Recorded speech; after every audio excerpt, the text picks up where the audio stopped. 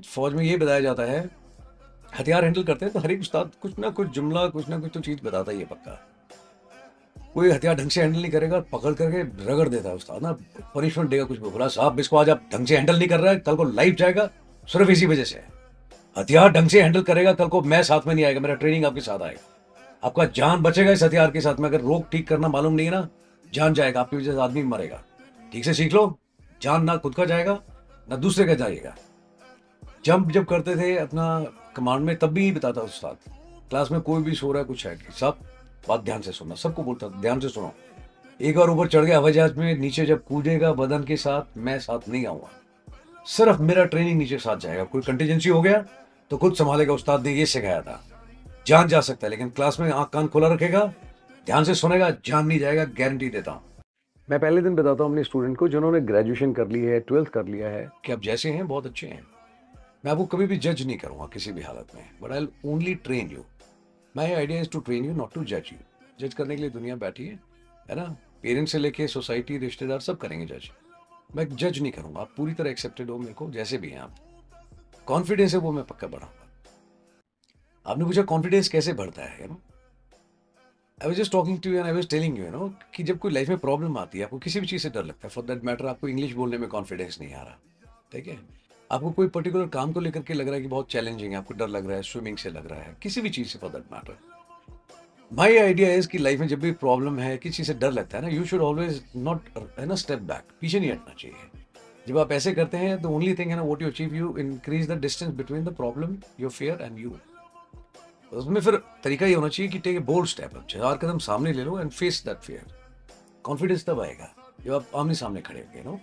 कैसे आइडेंटिफाई करें उसका तो बहुत सिंपल सा यही है, कोई थर्मामीटर तो है नहीं, है ना। Everybody claims to be the best, everybody claims to be number one, everybody claims to be the most accoladed and blah blah blah, ठीक है।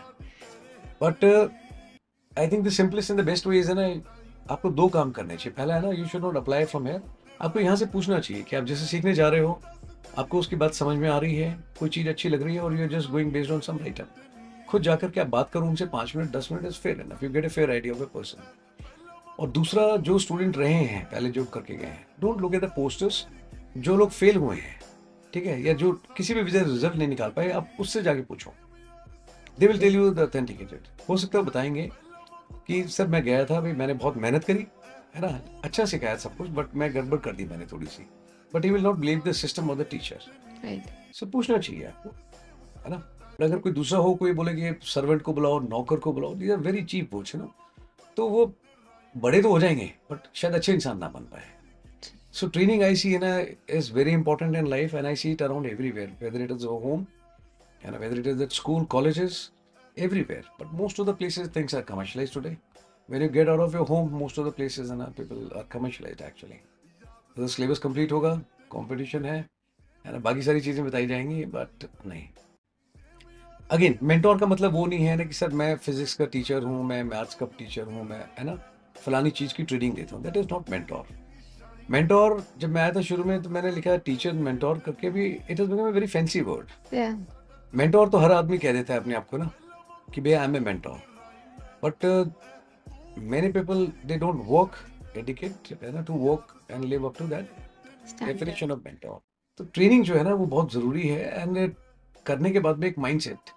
अब इमेजिन जिस बंदे को इतना सिखाया उसका क्या माइंडसेट हुआ, वो अपने बच्चों को सिखाएगा या अपने जूनियर्स को सिखाएगा। ही नोज कि ये ना, ये जो एक राउंड मिला है इसको don't waste it, you know, I learn it hard way, I earn this 5 round, है ना, वेरी हार्ड वे।